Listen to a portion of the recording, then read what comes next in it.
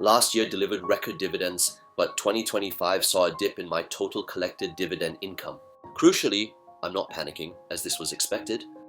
In fact, the portfolio fared better than my projected 5% drop last November, with dividends dipping by just 1.8% from the previous year, totaling approximately $29,600.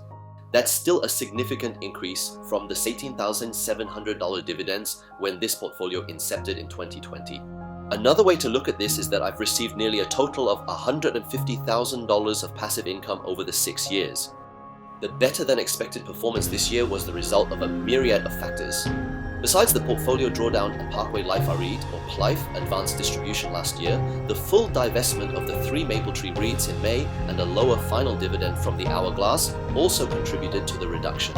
This dip was mitigated, however, by strategic increases in my existing stakes, especially Amova, STC, Ariate, and higher declared dividends from key counters like DBS Group, Fraser's Centrepoint Trust or FCT, and P-Life. Now that the results for 2025 are on the books, my attention is fully on 2026, where I'm anticipating a higher and possibly record dividend. Here's why. Last month's US portfolio trim and this year's lower than expected expenses meant I had spare cash to fund the above purchases on Monday. 2 primary reasons for the stock choices. Positive business momentum gave me confidence to beef up the 3 new and smaller positions of my portfolio: Vicom, Comfort Delgro, and Food Empire Holdings. Anticipated increase in distribution per unit, DPU, for the coming years prompted my decision to increase my stakes in 2 S-REITs, FCT and PLIFE. You can find more details by listening to my earlier videos on these companies.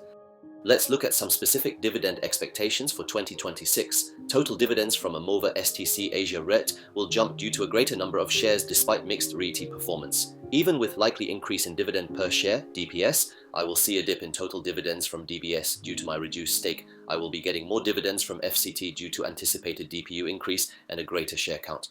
I should also receive more dividends from HR Net Group, iFast, and Micromechanics, either due to stable DPS with more shares or anticipated DPS growth.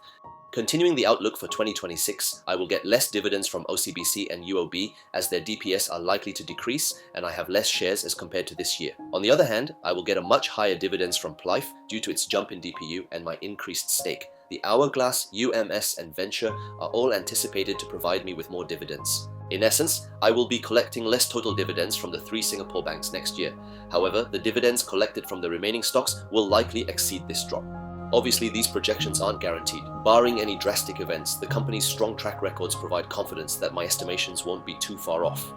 As you know, I don't just invest for dividends, with income counters making up about 60% of my portfolio. Hence, the yearly variation in dividends doesn't matter as much to me, especially since I prioritize the strategic allocation of funds between income and growth counters in my portfolio. This means there is a dynamic transfer of funds between these 2 segments to take advantage of market volatility. Ultimately, the portfolio should grow, which would naturally lead to higher dividends over the longer term. This strategic approach is thus far proving effective. Despite recent market weakness, the portfolio's year-to-date return still exceeds the 12% return recorded through September. With just slightly more than a month to the end of the year, it does look like this will be the 3rd consecutive year of double-digit return. I will share more about that towards the end of next month. Thank you so much for watching. If you found this helpful, don't forget to like, share, and subscribe. See you in the next video.